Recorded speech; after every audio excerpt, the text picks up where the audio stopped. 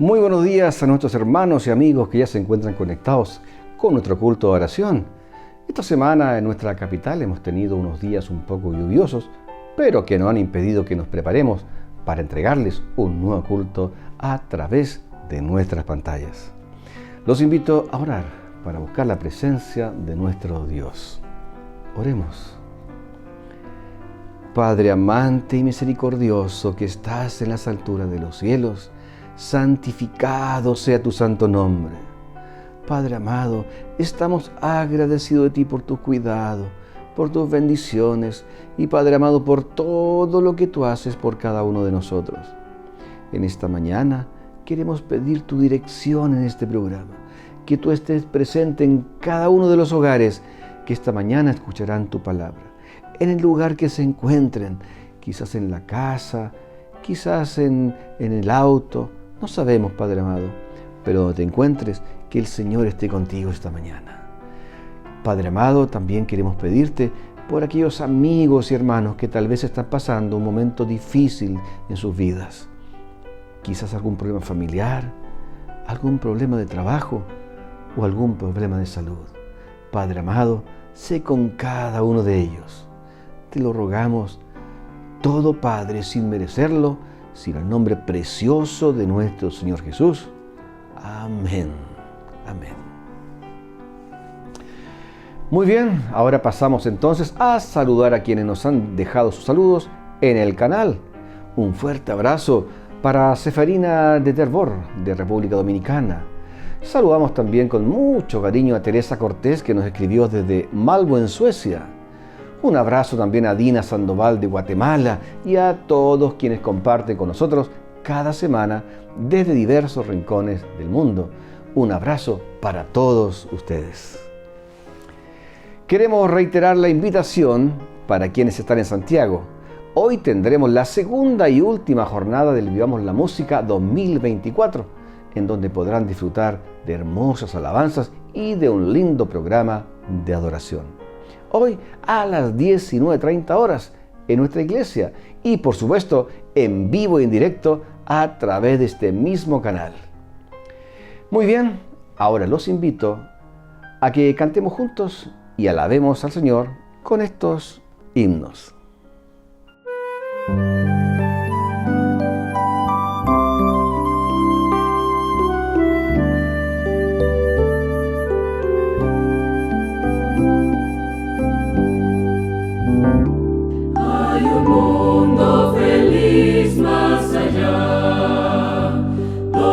ángeles cantan de luz, tributando eterno honor al invicto y glorioso Jesús.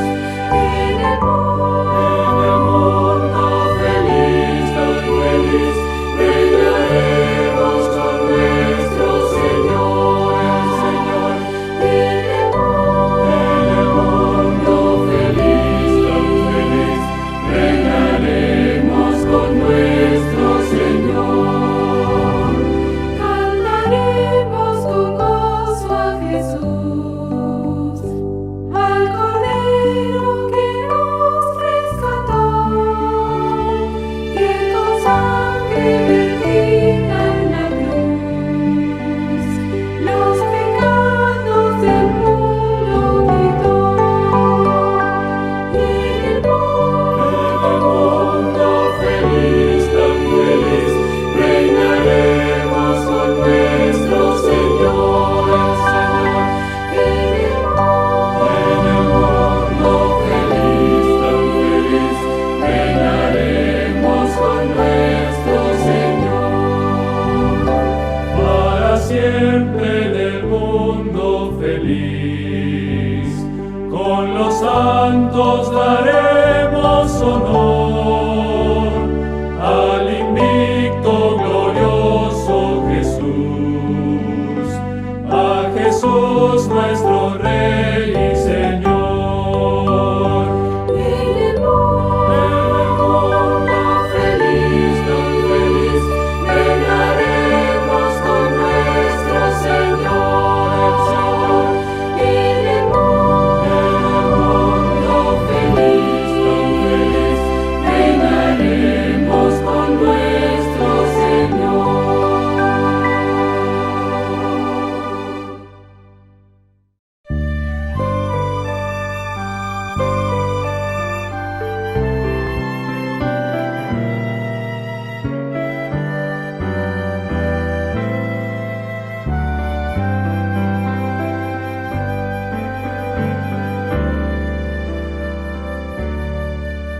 He oído de una tierra hermosa y soñada, un lugar en donde la alegría es total. Con mis ojos la diviso no muy distante, mis oídos ya escuchando música están.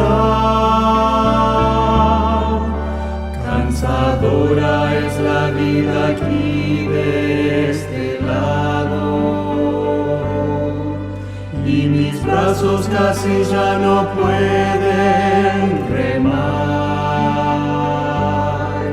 Agotados y heridos por tantos días,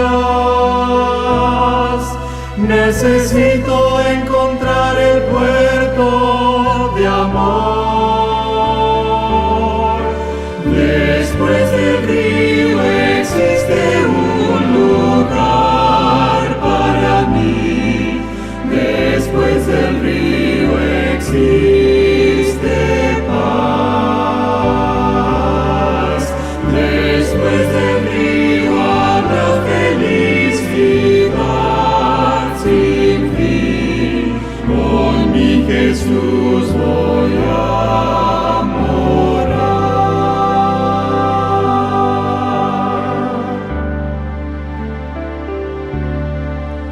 He soñado con aquellas bellas moradas que ninguno ha visto en este mundo jamás, de belleza que no puede ser comparada, pues la gloria del Señor se encuentra allí. Mucho más hermoso que el sol al ponerse, o el reflejo del rocío en una flor.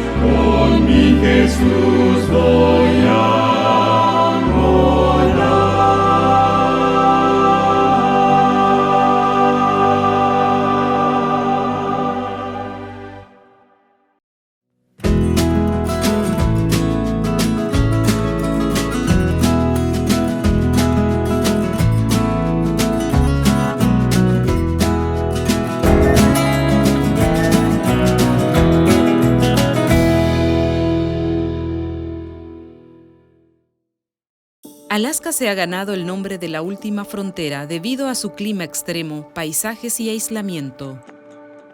A la mayoría de las ciudades solo se puede llegar en avión. Una de esas ciudades es Bethel.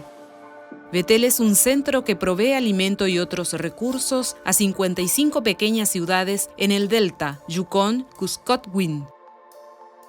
Estas ciudades solo son accesibles por tierra cuando el río está muy congelado y crea una red de carreteras de hielo. La única iglesia adventista del séptimo día de esta inmensa área se encuentra en Bethel.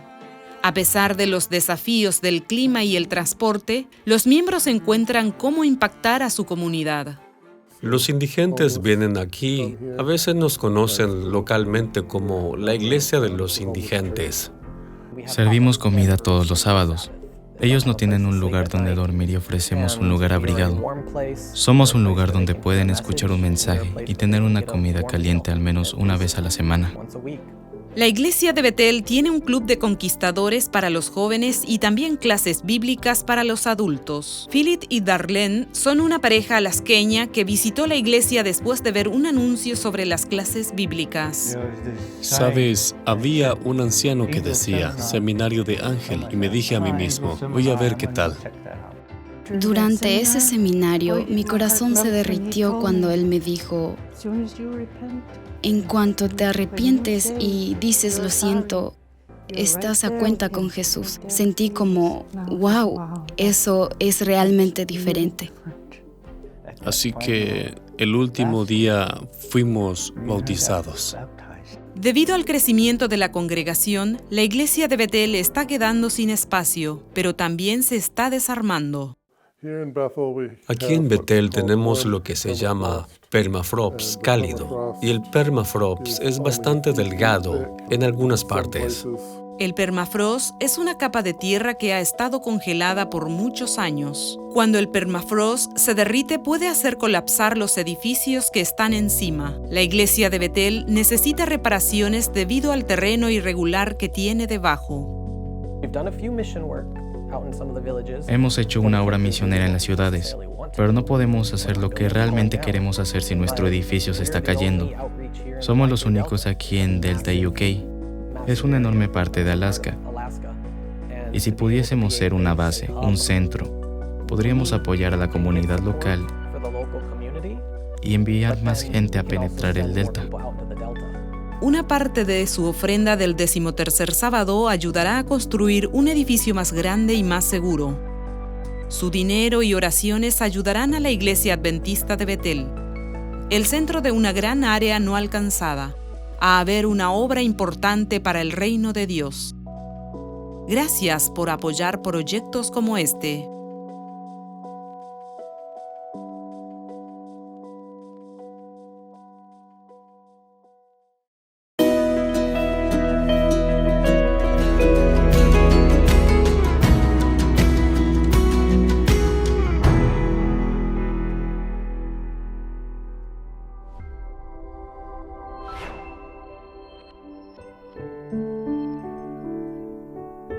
Hola, mi amigo querido, qué alegría que estás ahí acompañándome en el estudio de la lección número 12 para el 12 de octubre del año 2024. El título de la lección es Señales de su divinidad. Se refiere a la divinidad de Cristo. Y el propósito de la lección es mencionar 3 milagros a través de los cuales podemos percibir la divinidad de Cristo.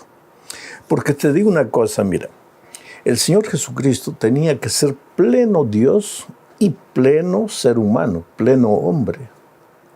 ¿Por qué? Porque Él venía al mundo a salvarnos del pecado, a morir en nuestro lugar. Ahora, como Dios, Él no podría morir, tenía que ser pleno hombre. Por otro lado, si no fuese hombre, no podría ser un representante de la raza humana para sustituirnos en la cruz del Calvario, donde era nuestro lugar por causa del pecado. Entonces Dios se hizo hombre. Nunca dejó de ser Dios. Siempre fue Dios, pero cuando vino a la tierra hizo un pacto con su Padre, de que no usaría sus poderes divinos en esta tierra. Ahora, el hecho de que no usaba sus poderes divinos no quiere decir que los había perdido. Dios es Dios, Dios no pierde nunca. La omnipotencia, la omnipresencia, la omnisciencia de Dios estaban presentes en el Señor Jesucristo, pero Él no usaba eso por respeto a la naturaleza humana que Él había asumido. Entonces vamos a estudiar 3 milagros donde podemos vislumbrar la naturaleza divina de Cristo. Ahora, el propósito de estos milagros no es analizar el milagro en detalle en sí, más bien ver dónde se manifiesta la naturaleza divina de Cristo al operar estos milagros. El primer milagro es el milagro de la multiplicación de los panes y los peces. Leo Juan 6, versículos 4 y 5. Dice así: y estaba cerca la Pascua, la fiesta de los judíos, cuando alzó Jesús los ojos y vio que había venido a él gran multitud. Dijo a Felipe: ¿de dónde compraremos pan para que coman estos? Pero esto decía para probarle, porque él sabía lo que había de hacer. ¿Dónde se percibe la divinidad de Cristo aquí? Antes de hablar de eso, quiero mencionar que Juan empieza este relato mencionando la Pascua. ¿Por qué? Porque el pueblo de Israel celebró la primera Pascua cuando fue libertado del poder de Egipto. Aquella noche en que ellos serían libres, pues realizaron la primera Pascua, celebrando la libertación del poder político de Egipto. Ahora, Cristo vino, el Cordero Pascual, y hoy día celebramos la Pascua, que nosotros le llamamos ahora la Santa Cena, celebrando ya no la liberación del poder político de nadie, sino celebrando la liberación del pecado. Porque el Señor Jesucristo no vino aquí a este mundo, como los judíos pensaban, como el Mesías libertador del poder de Roma. Él vino a este mundo como el Cristo libertador del poder del pecado. Vuelvo a leer entonces el texto mencionando algunos detalles. Dice el texto: cuando alzó Jesús los ojos. Esta expresión me gusta mucho. Jesús alzó los ojos, levantó la mirada. Porque a veces nosotros los seres humanos tenemos los ojos concentrados en nosotros mismos. El mundo está muriendo alrededor, pero no nos preocupamos porque estamos mirándonos concentrados en nuestros problemas, nuestra familia, nuestro empleo, nuestro trabajo, nuestra casa. Y yo no niego que estos problemas nuestros sean reales, porque mientras vivamos en este mundo, pues siempre enfrentaremos dificultades, luchas y problemas. Pero el problema es que a veces nosotros vivimos solo concentrados en nuestras necesidades y no levantamos la mirada, no levantamos los ojos. Pero Jesús sí, inclusive porque Él había venido a este mundo, no por causa de Él. Él no había venido a este mundo para vivir, Él había venido para morir y Él tenía conciencia de eso. Cada día que pasaba, Él se acercaba de la cruz del Calvario, donde tendría que cumplir su misión. Entonces, a pesar de que Él podría también distraerse con sus propios temores o con la dolorosa misión que le esperaba, Él estaba siempre atento a las necesidades de las personas. Y aquí el texto dice que cuando Jesús levantó la mirada, vio una multitud que había venido hacia Él, una multitud que le había escuchado predicar desde tempranas horas. Esa gente estaba con hambre. El texto bíblico dice que eran 5,000 hombres, sin contar mujeres y niños. Ahora coloca una mujer por cada hombre, coloca un niño por cada pareja. Había ese día ahí por lo menos unas 15,000 personas y no había qué comer. Entonces el texto dice que Jesús le preguntó a Felipe: ¿de dónde compraremos o de dónde conseguiremos pan para alimentar a esta multitud? Y el texto dice, esto dijo para probar a Felipe. ¿Para probar? ¿Probar qué? Probar la fe de Felipe. probar si Felipe había percibido la divinidad de Cristo o lo veía simplemente como un ser humano. Entonces Felipe contestó: Señor, ¿dónde podremos comprar pan? No, eso no es posible, hay mucha gente. Ahora el texto bíblico dice: esto dijo Jesús para probarle, porque él ya sabía lo que iba a hacer. Mira, Jesús ya sabía lo que iba a hacer. Solo Dios tendría omnisciencia para saber lo que iba a suceder al fin. Solo Dios puede hacerlo. Dios no era ningún adivino. El Señor Jesús no era ningún adivino. Él era Dios, y como Dios podía podía mirar al futuro y saber lo que iba a pasar.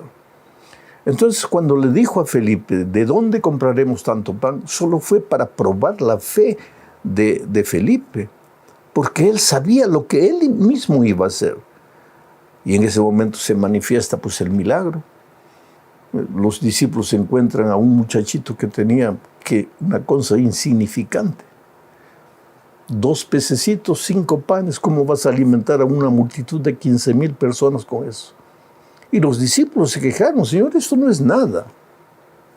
Aquí hay otra lección. Eso que te parece que es nada en tus manos, ese centavo que te resta en el bolsillo, si tú lo colocas en las manos del Señor Jesucristo con fe, tú no tienes idea de lo que puede suceder. Ellos trajeron esos pocos panes y peces a Jesús con fe, y el Señor con eso alimentó la multitud de 15,000 personas. Ahí estaba en su plenitud la manifestación de la divinidad del Señor Jesucristo. Ahora hay un paralelo con este milagro de los panes y los peces y con la Pascua de los judíos. Por eso Juan menciona la Pascua al comenzar el relato. Porque un día Moisés subió al monte Sinaí, y en esta ocasión el Señor Jesucristo subió al monte para operar el milagro. Otro paralelo. Jesús puso a prueba a Felipe, y por ocasión del desierto, Dios puso a prueba al pueblo de Israel, los probó. La multiplicación de los panes nos recuerda también al maná en el desierto. ¿Qué dice el relato del milagro Porque yo he leído solo los primeros versículos. Dice que cuando todos comieron ya, recogieron lo que había sobrado, y sobraron 12 cestos llenos. Ese número 12 no está por coincidencia. El pueblo de Israel estaba formado por 12 tribus. Quiere decir, este milagro tenía como objetivo hacer pensar a los judíos en su propia historia, para ver si ellos lo aceptaban como el Mesías libertador del pecado. Pero ellos no esperaban un libertador del pecado, ellos querían un Mesías militar libertador del poder de Roma. Entonces vamos a la segunda parte, donde hablaremos de la actitud del pueblo, no de los líderes, no de los sacerdotes, sino del pueblo, que exclamaron diciendo: realmente este es el profeta. Para eso leo Juan 6, 14 y 15. Dice así: aquellos hombres entonces, viendo la señal, mira esta expresión, viendo la señal que Jesús había hecho, dijeron: este verdaderamente es el profeta que había de venir al mundo. Pero entendiendo Jesús que iban a venir para apoderarse de él y hacerle rey, volvió a retirarse al monte solo. Quiere decir, el pueblo, no los líderes religiosos, porque esos no tenían capacidad de ver, ellos solo tenían capacidad de criticar. Ellos no oían, ellos recibían el mensaje para torcerlo y atacar y condenar al Señor Jesucristo. Pero el pueblo más simple, más humilde, comenzó a ver vislumbres de la divinidad de Cristo. Pero confundieron las cosas, porque vuelvo a repetir, el pueblo esperaba un libertador del poder de Roma. Y entonces pensaron: ¿qué líder extraordinario es este? Hay que coronarlo rey. nuestro rey ahora, ya, en este momento. ¿Por qué? Porque si el ejército tiene que luchar, no necesita llevar comida, porque Él multiplica los panes y los peces. Y si alguien es herido, Él con un toque de la mano lo cura. Y si alguien es muerto, Él lo resucita. Pues qué mejor rey que este. Y quisieron coronarlo rey. Pero el texto bíblico dice que el Señor Jesucristo se retiró a un lugar solitario, porque las personas confunden las cosas. Vuelvo a repetir, hoy día en nuestros días vivimos los días de la celebridad.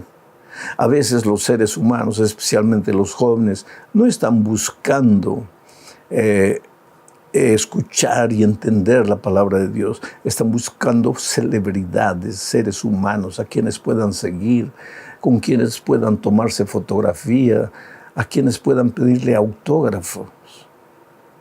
Y Jesús también fue tentado de esa manera. Solo que Él, ¿qué hacía? Se retiraba, desaparecía, se iba solo. ¿Por qué? Para no incentivar la humanolatría. Y para que ellos entendiesen que Jesucristo, aunque operaba milagros, aunque era Dios, no había venido al mundo para resolver los problemas cotidianos de cada día del ser humano. Había venido para librarlos del problema del pecado, pero ellos todavía no entendían eso, no percibían eso. Vamos a la tercera parte del estudio. Ahora vemos otro milagro, la curación del ciego, parte 1. El milagro ocurre para que se vean las obras de Dios. Este texto que voy a leer es medio preocupante, crea mucha confusión para algunas personas. Juan capítulo 9, vamos a los versículos 1 al 3, leo, dice así. Al pasar Jesús vio a un hombre ciego de nacimiento y le preguntaron sus discípulos diciendo, Rabí, ¿quién pecó, este o sus padres, para que haya nacido ciego? Respondió Jesús, no es que pecó este ni sus padres, sino para que las obras de Dios se manifiesten en él. Mira, los judíos tenían una opinión. Ellos creían que las personas nacían enfermas como resultado del pecado de sus padres. Y si adquirían la enfermedad ya con 7, 8, 9 años de edad, entonces como resultados de su propio pecado. Para ellos la enfermedad era resultado del pecado. Y es verdad, querido, que la enfermedad es resultado de la entrada del pecado a este mundo, no necesariamente de tu pecado. Hoy día vivimos en un mundo polucionado, en un mundo contaminado, donde hasta los vegetales están contaminados, el aire está contaminado, el agua está contaminada. Entonces, hoy día muchas veces vas a enfermarte, no porque tienes un pecado escondido en tu vida, no porque tus padres, tus abuelos hayan pecado. Es verdad que existe la herencia genética, y es en este sentido que tenemos mucho cuidado de pensar lo que estamos haciendo, cómo estamos viviendo, los hábitos que estamos cultivando, porque muchas cosas podemos pasar como herencia genética para nuestros hijos y para nuestros nietos, hasta la tercera y cuarta generación. Es nuestra responsabilidad. Nadie vive para sí y nadie muere para sí. Palabras del apóstol San Pablo. Pero entonces los judíos pensaban, cuando vieron a un ciego, le preguntaron a Jesús, Señor, ¿quién pecó, este o sus padres? Y la respuesta de Jesús es interesante. No pecó este ni sus padres, sino para que las obras de Dios se manifiesten en él. Él nació ciego. ¿Qué cosa? ¿Qué tipo de Dios es ese? Que hace nacer a ciertas personas como a este pobre ciego, para sufrir, ¿y para qué? Para que las obras de Dios se manifiesten. Es decir, para que aparezca Dios ahí haciendo milagros y maravillas. Entonces, para eso lo hizo nacer ciego. ¿No te parece que sería un Dios egoísta? Un Dios sin amor, un Dios hasta cierto punto cruel. Hace nacer a alguien enfermo para después decir, para que la gente diga, oh, cómo Dios lo curó. No, no es eso. Pero no es eso lo que dice aquí. Vuelvo a leer el texto. Dice, no es que pecó ni sus padres, sino para que las obras de Dios se manifiesten en él. El problema aquí es de idioma, porque este texto no fue escrito en español, ni en portugués, ni en inglés. Fue escrito en griego. Y en griego, para que las obras, ese para qué, en griego, es la expresión iná, que puede ser traducida como para qué o como ya que. Entonces, lo que el Señor Jesús está diciendo aquí es, este ciego no pecó, sus padres tampoco, pero ya que iná, ya que está en esta situación, entonces las obras de Dios se van a manifestar. Ahora sí, ahora tiene sentido este versículo, porque expresa el amor de Dios. Este hombre está sufriendo como consecuencia de la entrada del pecado al mundo, de vivir en este mundo contaminado. Pero ya que está en esa situación que no depende ni de él ni de sus padres, sino de la entrada del pecado a este mundo, ya que está en esta deplorable situación, las obras de Dios se van a manifestar. Ahora, esto nos lleva a la cuarta parte del estudio, la curación del ciego, parte 2. ¿Por qué? Porque el ciego vislumbra la divinidad del Señor Jesucristo en este milagro. Y sin embargo, los que veían se volvían cada vez más ciegos. ¿Por qué? Porque no creían.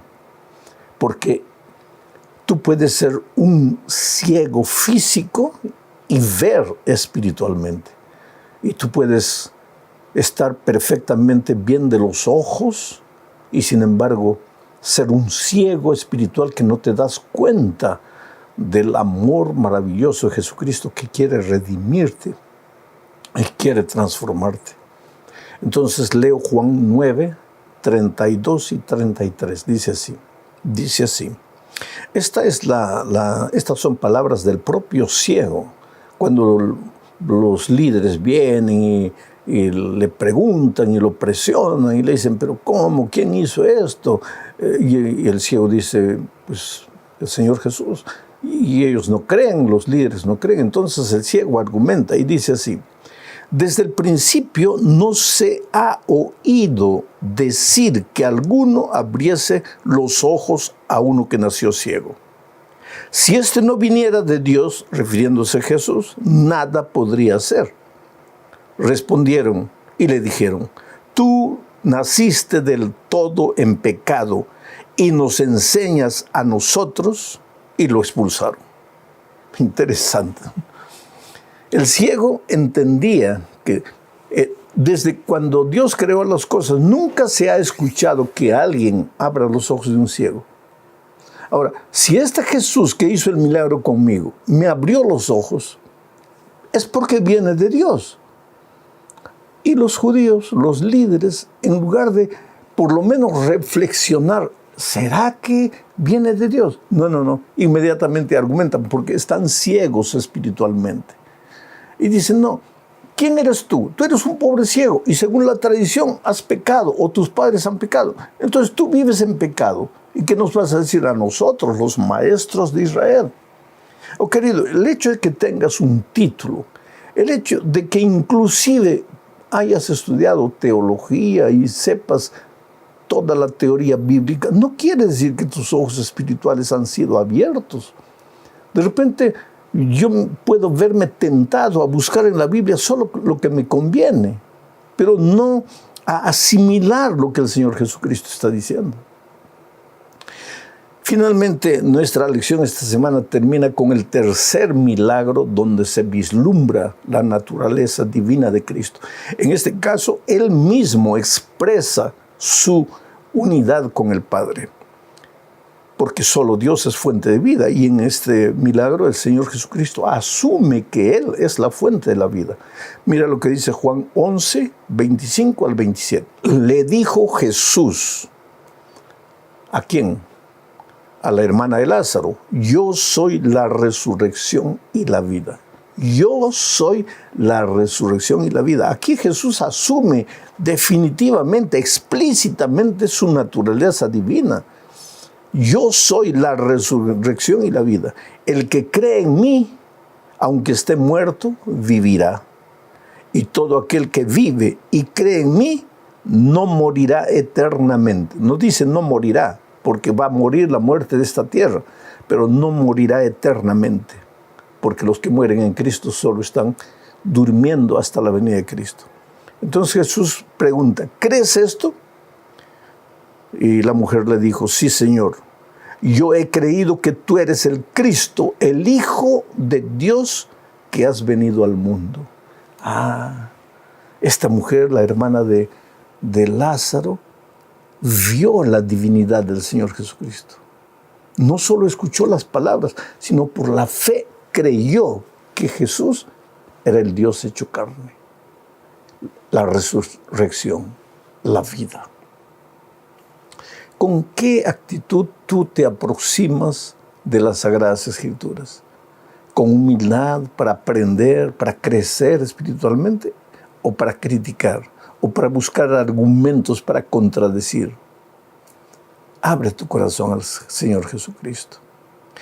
Por tras de estos 3 milagros hay una lección que no podemos olvidar. Cuando para nosotros los seres humanos, desde el punto de vista humano, está todo perdido, para Dios no. En ocasión de los panes y los peces, humanamente no había cómo alimentar esa multitud, pero el poder de Dios se manifestó. En el caso del ciego, humanamente no había remedio para su mal, pero el poder de Dios se manifestó. Y en el caso de Lázaro, él ya estaba muerto hace 4 días, ya olía mal, ya estaba en estado de descomposición, pero el poder de Dios se manifestó. ¿Tienes un problema en este momento? ¿Por qué no te arrodillas a Dios y clamas y permites que el poder de Dios se manifieste? De repente no se va a manifestar como tú quieres, pero el poder de Dios va a entrar en tu corazón, va a transformar, va a sacar el miedo, la duda, el temor, y te vas a levantar de tus rodillas con los ojos abiertos para mirar el camino, la salida, la puerta. Y vas a ser capaz de las grandes conquistas que los hijos de Dios pueden alcanzar. Un abrazo, que Dios te bendiga ricamente. Felicidades.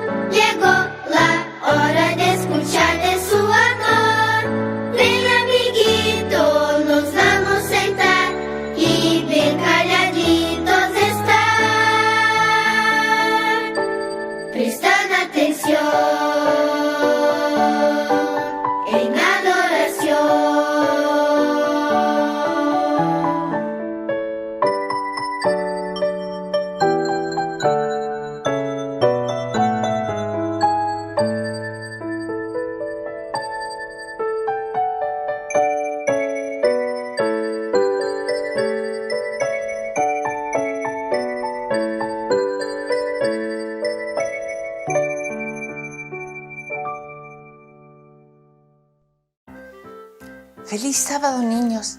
¡Qué lindo se terminó la semana y estamos nuevamente en otro sábado! Y en este sábado vamos a seguir dándole gracias a Dios. Vamos a seguir alabando su nombre. Vamos a seguir reconociendo que es nuestro Dios, nuestro Creador. La historia de hoy tiene que ver con la creación. hagamos el hombre a nuestra imagen conforme a nuestra semejanza. Eso está en Génesis 1:20. La Biblia nos cuenta cuando Dios estaba pensando cómo iba a ser la tierra, Él se imaginaba todo hermoso. ¿Y saben cómo Él lo hacía? Él hablaba, decía, que sean las estrellas. Y las estrellas aparecían. Él pensaba en los árboles y decía, que sea la vegetación, los árboles. Y todo eso florecía, crecía. Todos los ecosistemas salían solamente desde la palabra que daba Dios. También Él dijo que existan los peces, todos los animales del mar. Y Él habló y se hizo todo eso. Y así fueron llegando todos los días hasta el 6º día, cuando Él vio que estaba tan linda la tierra, estaba con tanta vegetación, estaba tan armónico todo. Los ángeles también estaban contentos, estaban felices de ver cómo Dios creaba este planeta. Y Dios cerró un momento sus ojos y pensó en lo último que iba a crear. Pero aquí lo iba a hacer distinto. Comenzó a trabajar en este hermoso diseño. Comenzó a crear con sus manos el rostro, el cuerpo. Fue diseñando cada parte del organismo de este nuevo ser. Y ahí lo tenía perfecto, hermoso, lindo, que le faltaba solamente el soplo de vida. Y cuando Él le dio el soplo de vida, este ser se paró y era Adán. ¿Y Adán qué hizo? Miró a los ojos de Dios y lo vio y se sonrió porque reconoció que era su creador. Y estaba tan feliz porque cuando él se miró en los ojos de Dios, Él le dio mucha alegría ver cómo Dios se estaba sonriendo. Estaba todo tan hermoso y Jesús dijo, a Adán le falta algo, porque vamos a ver cómo lo hacemos. Ustedes saben que la Biblia nos cuenta que Adán durmió y de una costilla de Adán Dios creó a su compañera, a su amiga con la que iba a compartir todo esto maravilloso. Cuando despertó Adán, se encontró con algo más maravilloso. Lo cierto es que estaba acompañado ahora. Ambos miraron a Jesús y vieron en sus ojos el reflejo. Y ellos se sentían tan maravillados de estar al lado de Jesús que eran felices, estaban gozosos. Niños, esa misma mirada que Jesús le dio a Adán y Eva en la creación es la misma mirada que nos está entregando ahora. Nosotros lo único que tenemos que entender es que somos a imagen y semejanza de Dios. No tenemos que tener vergüenza de cómo somos, si somos grandes o si somos pequeñitos, si somos rubios y de pelo muy blanco, si somos de pelito más oscuro o de pielcita más oscura. No, porque todos fuimos creados a imagen de Dios. Que esta semana que vamos a empezar, cuando terminemos este sábado, estemos seguros de que esa mirada que Jesús le dio a Adán y Eva es la misma mirada que nos está dando a nosotros, de gran amor porque somos sus criaturas. Démosle gracias a Jesús porque somos sus criaturas. Démosle gracias porque somos sus hijos y Él nos recuerda todos los sábados que somos sus criaturas. Demos gracias a Jesús orando. Gracias, querido Jesús, porque tú nos creaste a tu imagen. Que podamos entenderlo y estemos siempre seguros de que nos estás acompañando y que cuando existan momentos difíciles, porque está nuestro corazón triste, tú nos ayudes a reconocer que tú eres nuestro Dios y que nos estás mirando con amor y dulzura y nos estás esperando siempre para que esté nuestro corazón preparado cuando venga Jesús a buscarnos. Te damos las gracias por este mensaje en el nombre de Jesús. Amén. Muy bien, niños. Entonces ahora vamos a cantar todos felices. A las tinieblas llamo noche, a la luz día. Demos gracias al Señor, tú y yo, en unión. Cantémosle al Señor, tú y yo, en unión. Cantémosle al Señor. Dios llamó cielo al firmamento, fue la tarde y la mañana el día segundo. Las aguas separó el día segundo. Demos gracias al Señor, tú y yo, en unión. Cantémosle al Señor, tú y yo, en unión. Cantémosle al Señor.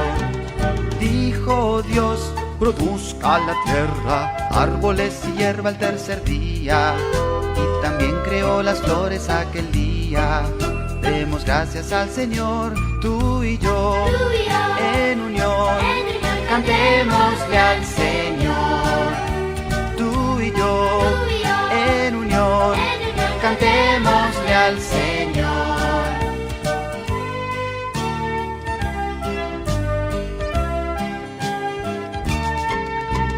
Dos luces puso Dios, la luna y el sol el cuarto día. Las estrellas creó el mismo día. Demos gracias al Señor, tú y yo, en unión. Cantémosle al Señor, tú y yo, en unión. Cantémosle al Señor. Dios creó los peces del mar y las aves del cielo el quinto día. Volaron por el cielo, ¡qué alegría! Demos gracias al Señor, tú y yo, en unión. Cantémosle al Señor, tú y yo, en unión. Cantémosle al Señor, tú y yo, en unión. Cantémosle al Señor, tú y yo, en unión. Cantémosle al Señor. Dios los animales creó y al hombre del polvo el sexto día. También a la mujer hizo aquel día. Demos gracias al Señor, tú y yo, en unión. Cantémosle al Señor, tú y yo, en unión. Cantémosle al Señor, tú y yo, en unión. Cantémosle al Señor.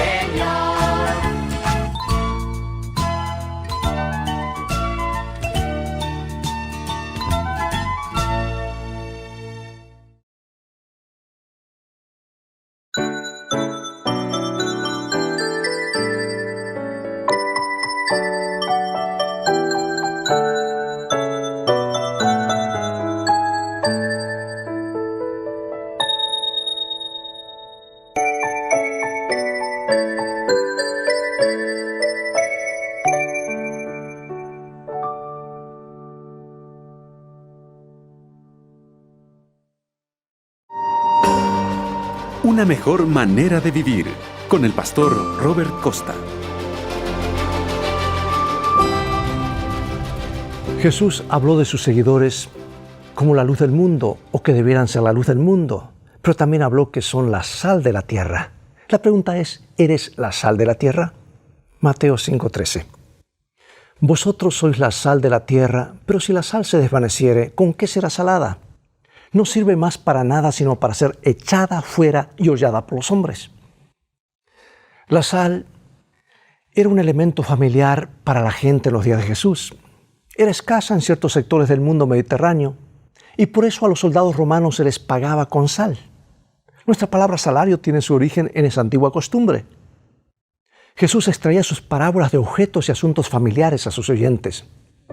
En un interesante comentario relacionado con la parábola contenida en nuestro texto, lo que acabamos de leer, alguien escribió que cuando Jesús la presentó, dice que la gente podía ver la sal blanquecina brillante en medio del camino donde se la había arrojado porque había perdido su sabor. La sal tenía muchas aplicaciones en los días de Jesús. Además de emplearla para que los alimentos tuvieran sabor, se la usaba como preservativo para impedir que estos se descompusieran. También en las ceremonias del templo se lo usaba en relación con los sacrificios. Y aunque la sal desempeñaba una función importante, lo hacía en forma discreta. Jesús dijo que sus seguidores eran la sal de la tierra. Debían constituir una influencia preservadora en medio de una sociedad corrompida y decadente. Sería tan lógico que se considerara cristiano a alguien que perdiera sus características cristianas esenciales, como lo hubiera sido emplear como sal la que había perdido su sabor. Así como la sal no obra visiblemente, el cristiano debe trabajar sin ser visto. ¿Y qué quiero decir con esto? Aunque la sociedad en los días de Jesús era corrompida, Él no atacó directamente sus males, sino que gradualmente los principios cristianos penetraron en la sociedad romana al punto que muchas de sus injusticias sociales, como la esclavitud, los combates de gladiadores, todo eso fue proscripto. Otra de las cualidades que posee la sal es su capacidad de provocar sed en los que la ingieren. Y cuando la sal penetra en el organismo, tiene la tendencia de absorber el agua que hay a su alrededor y de este modo produce sed. Los cristianos, como la sal de la tierra, debieran lograr que los que los rodean sientan sed del Evangelio, del agua de vida. Por eso una profesión del cristianismo carece de valor a menos que el amor de Cristo, que obra en nosotros y por medio de nosotros, se derrame en servicio al mundo que necesita el Salvador. Porque es así que es una mejor manera de vivir.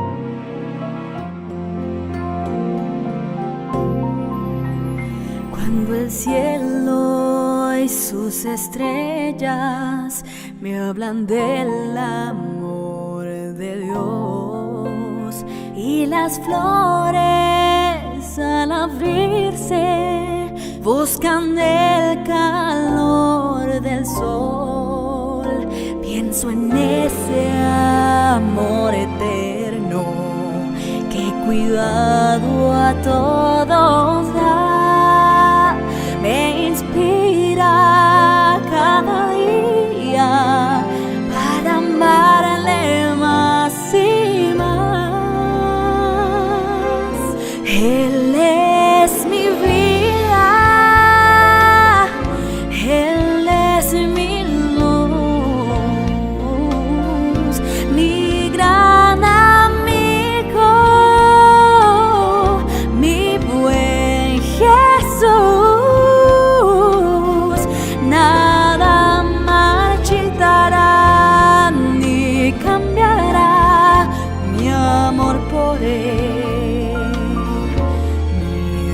Sí, mi Señor, esto para mí.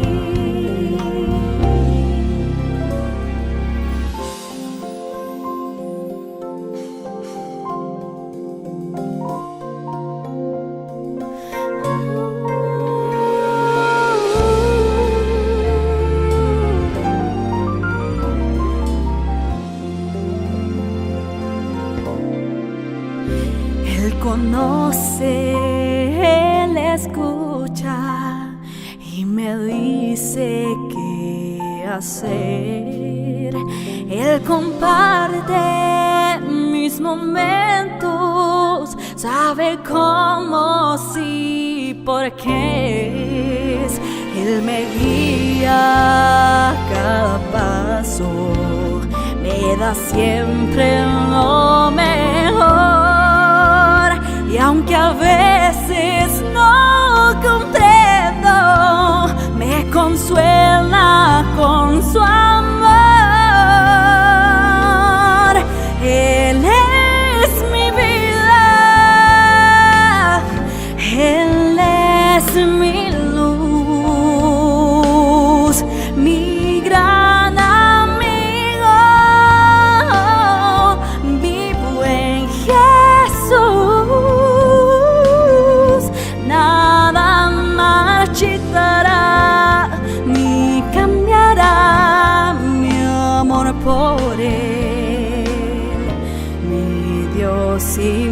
Señor es todo para mí.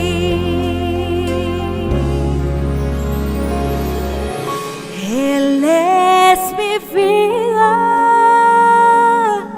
Él es mi luz, mi gran amigo, mi buen Jesús.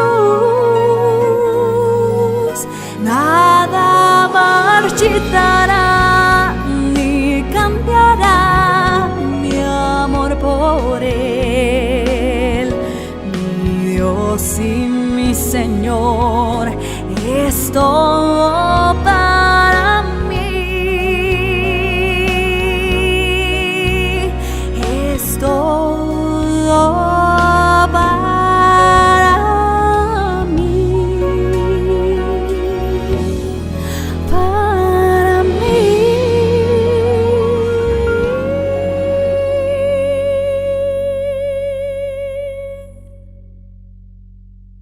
Sin duda que estas oraciones cantadas son un bálsamo para nuestras vidas y además una inspiración para nuestros corazones, a la vez que preparan nuestra mente para recibir el pan de vida de esta mañana.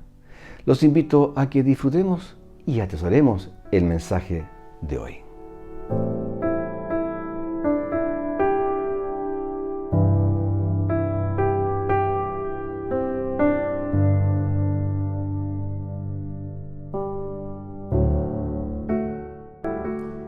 Todos tenemos una lucha interior.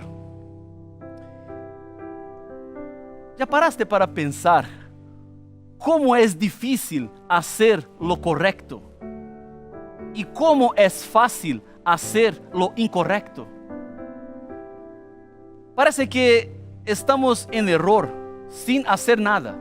Y es así mismo, porque el ser humano naturalmente es un pecador.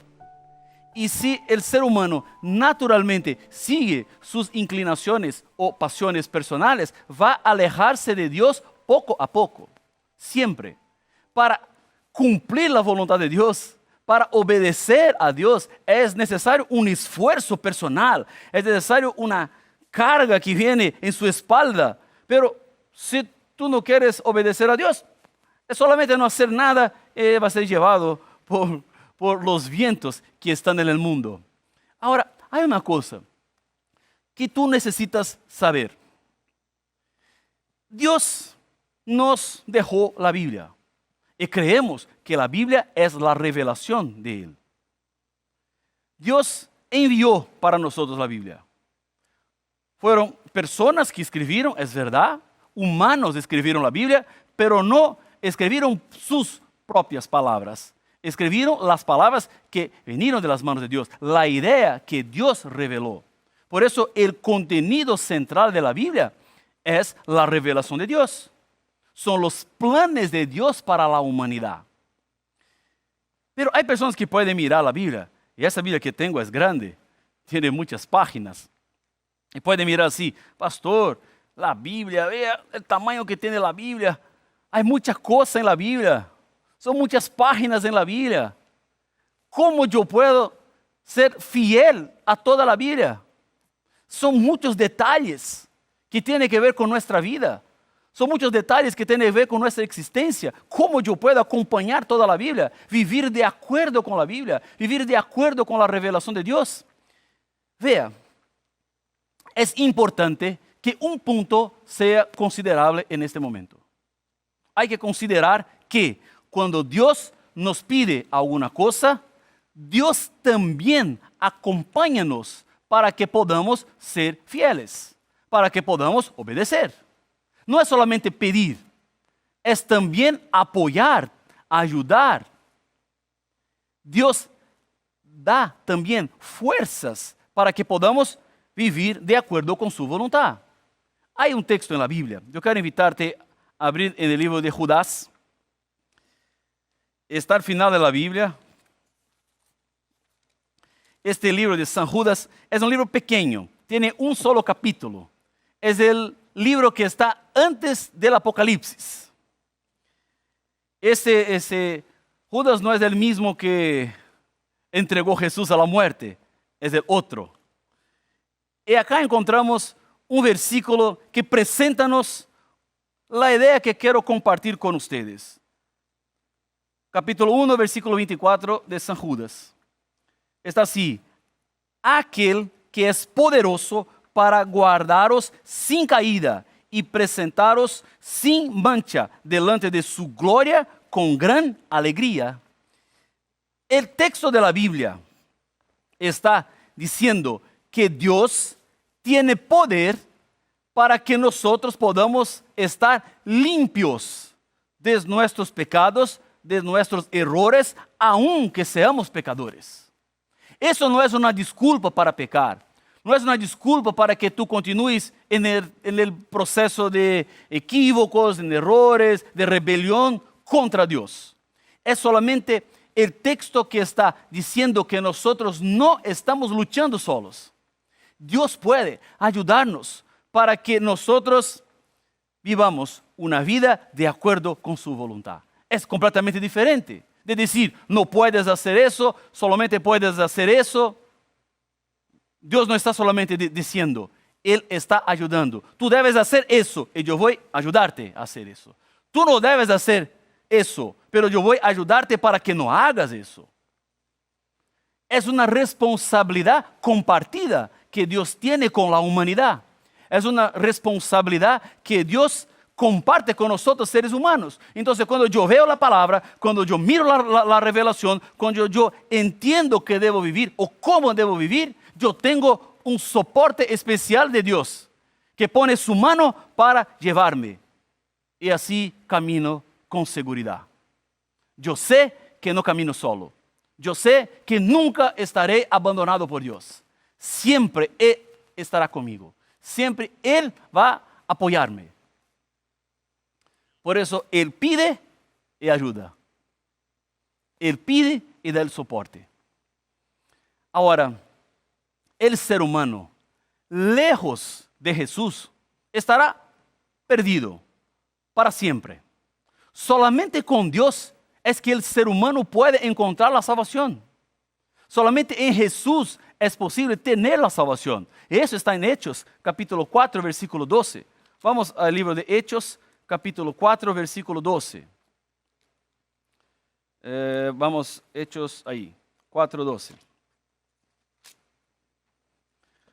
Vamos a la lectura del texto de la Biblia. Está así. Y en ningún otro hay salvación, porque no hay otro nombre bajo el cielo dado a los hombres en que podamos ser salvos. Amén. Jesús es el único que puede salvar al ser humano. El único. Encontramos en Apocalipsis, capítulo 4 y capítulo 5, una visión que tuvo Juan del trono de Dios. Juan llegó en un momento en el cielo donde tenía una situación. Dios estaba sentado y en su mano un libro que estaba cerrado con 7 sellos. Y viene una voz y pregunta, ¿quién puede abrir los sellos?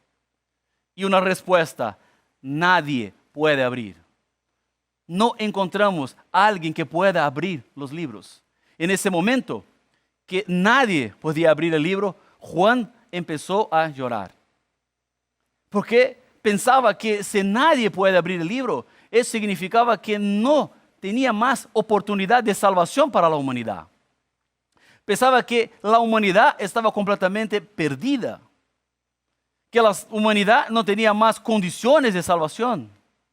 Pero cuando estaba mirando la situación, llorando, una voz dijo, Juan, no es para llorar más. Fue en ese momento que apareció Jesús como el Cordero de Dios, el único que puede salvar a la humanidad. Si tú abres su Biblia en Apocalipsis capítulo 5, versículo 3, vas a encontrar Jesús apareciendo en esta escena, Apocalipsis 5, 3, y está así. Vamos a leer el versículo 6, está así en la Biblia, Apocalipsis 5, 6. Miré y vi que en medio del trono y de los 4 seres vivientes, en el medio de los ancianos, estaba en pie un cordero como inmolado, que tenía 7 cuernos y 7 ojos, los cuales son los 7 espíritus de Dios enviados por toda la tierra. Jesús es el Cordero y Él apareció porque fue enviado a la tierra para que la humanidad pueda tener la salvación. Ese es el sentido del Cordero. El Cordero es solamente Él que puede abrir el libro que está en las manos de Dios. El término Cordero aparece en la Biblia 26 veces. La primera vez aparece en el bautismo de Jesús.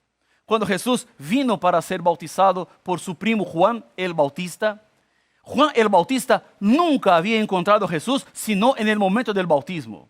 En realidad, sus mamás tuvieron un encuentro cuando las dos estaban embarazadas y ellos estuvieron juntos en las panzas de su mamá, pero no afuera, nunca encontraron después de eso, solamente en el momento del bautismo. Y cuando Jesús vino, Juan miró a él, que era su primo, que era el Salvador de la humanidad, y Juan dijo, este es el Cordero de Dios. Ese fue el testimonio de Juan el Bautista, porque el Cordero de Dios que quita el pecado del mundo. ¿Qué significa quitar el pecado del mundo? Para eso necesitamos mirar un poco para el jardín del Edén y el momento que el pecado empezó. Cuando Dios puso a Adán y Eva en el jardín, Dios dio un orden. Ellos podrían comer de todos los árboles que estaban en el jardín, pero de un árbol no deberían comer. Y este árbol era el árbol del conocimiento del bien y del mal. Cuando Adán y Eva comieron del fruto, ellos en aquel mismo momento transformaronse en pecadores. Tuvieron miedo por la reacción interna. Sentimientos que pasaron en los corazones de ellos que nunca habían conocido. Tuvieron vergüenza uno de los otros, hicieron ropas para sí mismos con hojas de higuera. Y entonces, cuando vino Dios, al final del día para conversar con ellos, Adán y Eva quedaron con miedo, asustados, y se fueron para atrás de un árbol. Y quedaron ahí, escondidos. Pero percibieron que no podrían quedar ahí mucho tiempo. Salieron del árbol y entonces Dios preguntó, ¿qué hiciste, Adán? ¿Qué hiciste, Eva? ¿Por qué pecaron?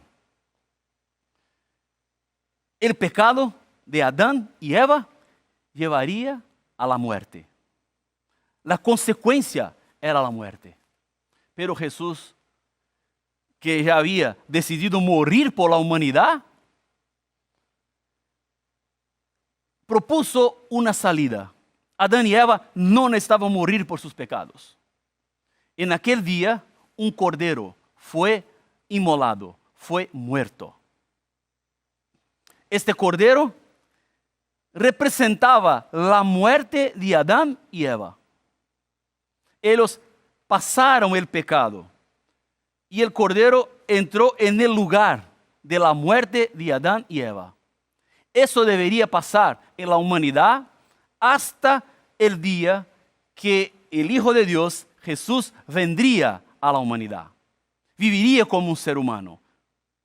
Crecería como un ser humano. Soportaría las tentaciones como un ser humano. Y por vivir una vida perfecta, Jesús ganaría la eternidad. Y la humanidad ahora, en la victoria de Cristo, puede alcanzar su victoria personal. Nosotros hoy no necesitamos más matar un cordero, porque en realidad para mí sería muy difícil matar un cordero. Yo tengo dificultades para matar una hormiga. Sería mucho más difícil, mucho más complicado matar un cordero, que es un animal manso. Es un animal bueno. ¿Qué malo hace un cordero para las personas?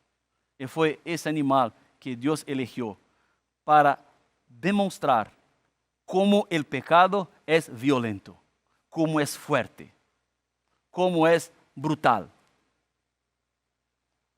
cómo el pecado provoca heridas en el corazón de Dios, cómo Dios mira para la situación del pecado. El cordero debería ser muerto hasta que murió Jesús. Por eso Jesús era el cordero de Dios, que quita el pecado del mundo. Solamente en Jesús y por Jesús nosotros tenemos la eternidad. Pablo escribió en Romanos 6:23 que la paga del pecado es la muerte, pero la dádiva de Dios es vida eterna en Cristo Jesús, nuestro Señor. Tenemos en Jesús un don gratuito de Dios, la vida eterna. Pablo escribió que nosotros no tenemos un sumo sacerdote que no pueda compadecerse de nuestras debilidades, sino uno que fue tentado en todo, según nuestra semejanza, pero sin pecado. Jesús nos constituyó sacerdotes en su reino. Por eso somos más que vencedores. Jesús, el Cordero de Dios, aparece en todo el Apocalipsis. Por ejemplo, en el capítulo 1, Jesús aparece como sacrificio completo y suficiente. Jesús es quien ministra en nuestro favor. En el capítulo 2, Jesús demuestra interés por su iglesia a través de los tiempos, reprendiendo amorosamente los errores y fortaleciéndola en sus luchas. En el capítulo 3, Jesús aparece como creador de todas las cosas. Comparte su trono con cada uno de los que son salvos. En el capítulo 4 y 5, Jesús aparece como Cordero muerto desde la fundación del mundo. Jesús es el centro y la razón de toda adoración. En el capítulo 6, Jesús aparece como el gran líder de la iglesia que salió victorioso y para vencer. En el capítulo 7, Jesús es el Cordero entre la multitud de los que fueron salvados por su sangre. En el capítulo 8 y 9, Jesús recibe las oraciones de los santos y reprime todos los poderes del mal. En el capítulo 10, Jesús aparece como un ángel parado sobre la tierra y el mar, anunciando que el tiempo no sería más. En el capítulo 11, Jesús es el que recibe los reinos del mundo de parte de Dios Padre. En el capítulo 12, Jesús aparece como el Hijo prometido al pueblo de Dios que venció la muerte y subió al trono en el cielo. En el capítulo 13, Jesús es el autor del libro de la vida, el que tiene los nombres de todos los verdaderos adoradores. En el capítulo 14, Jesús aparece como el Cordero en el monte Sión, enviando su último mensaje de misericordia al mundo. En los capítulos 15 y 16, Jesús aparece como el Cordero que recibe alabanzas, pero que con sus juicios destruye al reino de la apostasía. En los capítulos 17 y 18, Jesús es el Cordero que llama a su pueblo a salir de Babilonia. En el capítulo 19, Jesús aparece como victorioso, Rey de reyes y Señor de señores. En el capítulo 20, Jesús es el que sujetará a Satanás durante el milenio y quien destruirá al diablo al final de ese periodo. En el capítulo 21, Jesús aparece como el recreador del mundo, una vez más sin pecado, que enjugará las lágrimas de todos los ojos. En el capítulo 22, Jesús aparece como el juez que da la recompensa final y envía la última invitación a los moradores de este mundo perdido que camina hacia la destrucción. yo veo en la Biblia un Jesús que es eterno. Un Jesús que decidió morir por la humanidad antes de la creación de la humanidad. Antes que el mundo sea el mundo, Jesús ya decidió que Él no abandonaría los seres humanos. Por eso tú no estás abandonado, tú no estás solo, tú tienes Dios. Y si tú tienes Dios, tú no necesitas nada más. Dios es todo para ti. Dios es el punto principal para que tú tengas la victoria, para que tú tengas la eternidad, para que tú tengas la esperanza, para que tú tengas la oportunidad de una nueva vida. Por eso que Jesús vino a la tierra. Tú eres el objetivo principal de Dios. Tú eres la pasión de Jesús. Tú eres una hija, tú eres un hijo muy amado por Dios. Y Dios fue hasta las últimas consecuencias para que tú puedas tener la vida eterna. Hay otro texto de la Biblia. Cuando Jesús está haciendo una oración, vamos a San Juan, capítulo 17, versículo 5. San Juan, capítulo 17, versículo 5. Está así en la Biblia. Una oración que Jesús está haciendo por sus discípulos. Y en esta oración Jesús dejó muy claro que su rol de Salvador de la humanidad fue decidido antes de la creación de la humanidad. Antes que el mundo sea mundo, Dios ya tenía decidido por la salvación. Está así. Ahora pues, Padre, glorifícame tú al lado tuyo con aquella gloria que tuve contigo antes que el mundo existiera.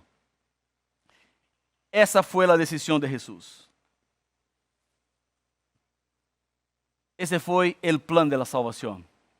Jesús vino para que nosotros tengamos la oportunidad de la salvación. Ahora, una cosa que muchas veces toca mi corazón y que quedo triste, es porque hay personas que escuchan del mensaje del Salvador, que escuchan el mensaje de la Biblia y no aceptan, y no deciden. Piensa así, no debe ser conmigo eso es para otras personas. Yo soy una persona buena, hago las cosas buenas, pago todas mis cuentas, estoy al día con todos los credores, con el banco, con las tiendas, no tengo deudas, entonces soy una persona buena. Eso va a ser importante para que Jesús me lleve al cielo. Sí, es importante que sea una persona que viva con honestidad. Es importante que sea una persona que sea correcta en todo lo que hace. Pero no es eso que va a salvarte. Que va a salvar a una persona es la decisión de vivir una vida junto con Dios. Es la decisión de entregar su vida a Dios. Jesús, que decidió entregarse antes de que el mundo existiera, es el Jesús que espera ahora su decisión. Es el Jesús que espera el paso que tú vas a dar de fe para entregarse a Él. Porque Él decidió antes para que tú decidas ahora. Para que tú puedas tener la esperanza en ese momento. Antes de que el mundo existiera, Jesús entregó la vida por ti. Y ahora, ¿qué tú vas a hacer? ¿Cuál será su decisión? Yo no puedo entregar su corazón por ti. Solamente tú puedes entregar su corazón. Solamente tú puedes recibir de Jesús la eternidad, una nueva vida. La decisión de Cristo fue la decisión por su salvación. Y nadie necesita perderse. Nadie. ¿Escuchaste? Nadie. El plan de la salvación es el plan de Dios para llegar más cerca de ti, para llevarte al cielo. La vida de Jesús no fue una vida donde todo ya estaba cierto en la Biblia y no podría pasar nada equivocado. No, podría pasar alguna cosa equivocada. Jesús como ser humano podría sí tener pecado, pero Jesús no pecó. Jesús vivió una vida correcta. La vida de Jesús fue una vida perfecta. Y ahora Él puede cambiar. Mi pecado que me lleva a la muerte, yo envío para Jesús. Y la vida eterna que Él ganó porque vivió una vida sin pecado, Él ahora regala para mí, ser humano. Y tú puedes decir así a mí, pastor, ese es un cambio que no es justo. Porque ¿cómo yo puedo enviar muerte a una persona y recibir vida? Sí, es verdad, no es justa. Pero cuando nosotros entendemos el plan de la salvación, reconocemos que ese es el único camino. Porque si Jesús no morir por sus pecados, ¿sabe quién debe morir por sus pecados? ¿Sabe quién? Tú mismo. Sí, tú mismo. Jesús puede morir por sus pecados, pero eso necesita de una decisión. Eso necesita de que en ese momento tú cierres sus ojos conmigo y vamos juntos a orar para confirmar su decisión. Gracias, Señor, porque nosotros tenemos en su palabra la revelación y también tenemos las indicaciones de cómo debemos vivir en este mundo. Reconocemos que Jesús es el nuestro Salvador. Reconocemos que Jesús está a nuestro lado y que decidió morir por nosotros para que tengamos la esperanza. Quédate, Padre, con cada hijo que en este momento está orando conmigo, que las bendiciones del cielo estén con nosotros hoy y siempre, en nombre de Jesús. Amén. Agradecemos su sintonía y los dejamos invitados para el próximo sábado a las 10 de la mañana en punto a un nuevo culto de oración aquí en Ñuñoa. Reiteramos la invitación para hoy a las 19:30 horas, el Vivamos la Música 2024, en nuestra iglesia y también a través de las pantallas de nuestro canal. Que tengan una linda tarde de sábado. Jehová te bendiga y te guarde. Jehová haga resplandecer su rostro sobre ti y tenga de ti misericordia. Jehová alce sobre ti su rostro y ponga en ti paz.